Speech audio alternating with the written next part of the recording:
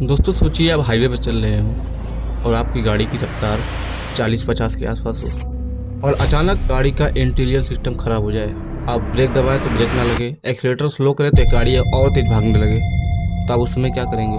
जी हाँ, आज की कहानी इसी से बेस्ड है। इस स्टोरी को भेजा है उत्तर प्रदेश के रहने वाले अमित कुमार जी ने। बताते हैं कि मेरा एक दोस्त था राजेश, जो कि 2019 में नोएडा में कैब ड्राइविंग का काम करता था और वो काफ़ी अच्छे पैसे भी कमा लेता था। दिसंबर का महीना चल रहा था और दिल्ली में काफ़ी ठंड पड़ रही थी, तो वो सोचता है कि इसी का फ़ायदा उठाया जाए।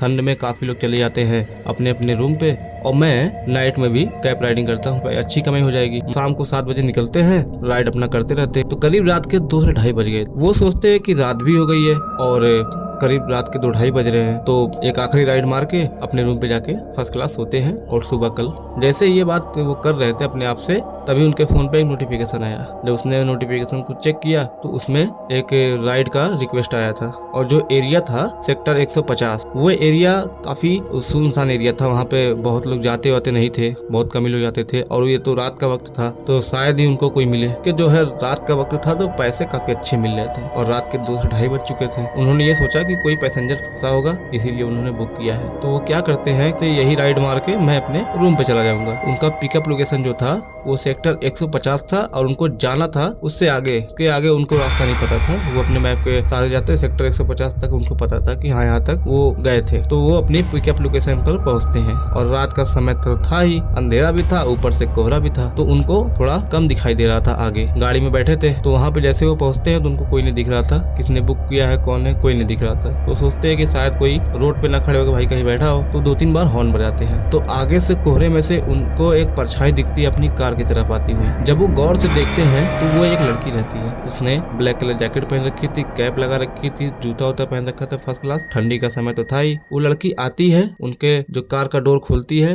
और अंदर जाके बैठ जाती है बिना कुछ बोले। तो राजेश बोलते हैं मैम आपको सेक्टर 150 के आगे कहाँ जाना है? लड़की ज्यादा बोलती नहीं। वो सोचते है कि हो सकता है रात का वक्त है, भाई बोलने में हिचकिचा रही हो, मैप के सारे चले जाएंगे। तो राजेश बस उससे इतना पूछते हैं कि मैम आपको सेक्टर 150 के आगे जाना है? तो लड़की कहती है हाँ। तो राजेश बिना कुछ बोले गाड़ी स्टार्ट करते हैं और गाड़ी को आगे बढ़ाते हैं। जैसे जैसे उनकी गाड़ी आगे बढ़ रही थी, कोहरा आगे से हट रहा था।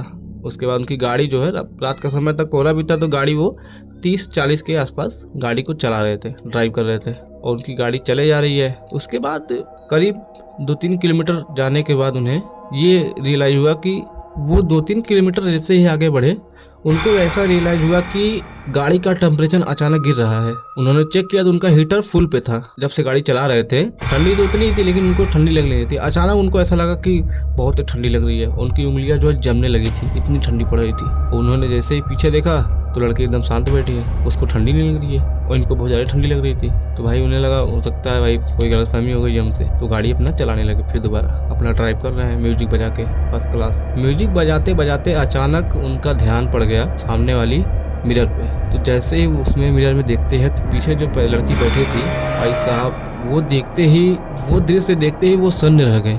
उनका दिमाग ही काम नहीं किया कि मैं क्या करूँ अब। वो जो लड़की थी उसकी मुंडी टेढ़ी थी, मतलब सबकी सीधी होती उसकी टेढ़ी थी, जैसे कोई मार के झुला दिया हो, किसी ने मुंडी उसकी तोड़ दी हो। और उसका चेहरा पूरा कटा फटा था, एकदम खून से सना हुआ था।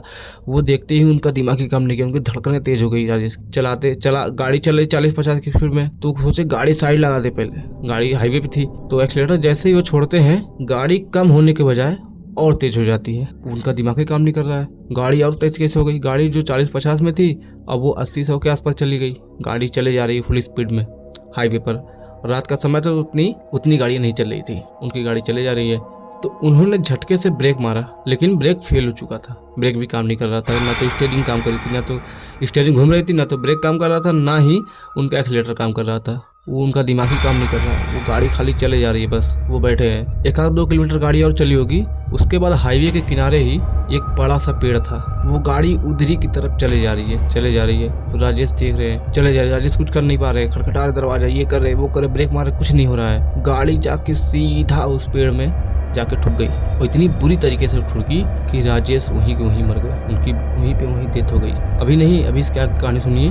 तो अगले दिन सुबह जब पुलिस आई सेक्टर नंबर 150 के पास, उस पेड़ के पास, तो उन्हें वही कैब मिली। तो जैसे वो ड्राइविंग सीट पर देखते हैं तो वहाँ पर ड्राइवर का पता ही नहीं। पुलिस जैसे ही ड्राइवर की सीट पर देखती है तो राजेश गायब थे, ड्राइवर का पता ही नहीं था। और जो पैसेंजर सीट पर वो देखते हैं तो एक लड़की पड़ी थी, जैसे जैसे उसकी लाश सड़ रही हो, जैसे बहुत दिन की मरी हुई हो, उसकी लाश सड़ रही थी और ड्राइवर का पता नहीं था। यही मिस्टीरियस थी कि राजेश का जो गायब होना एक रहस्य बन गया और वो रहस्य आज तक सॉल्व नहीं हो पाएगा। राजेश का गायब होना एक रहस्य बन गया और वो आज तक सॉल्व नहीं हो पाया।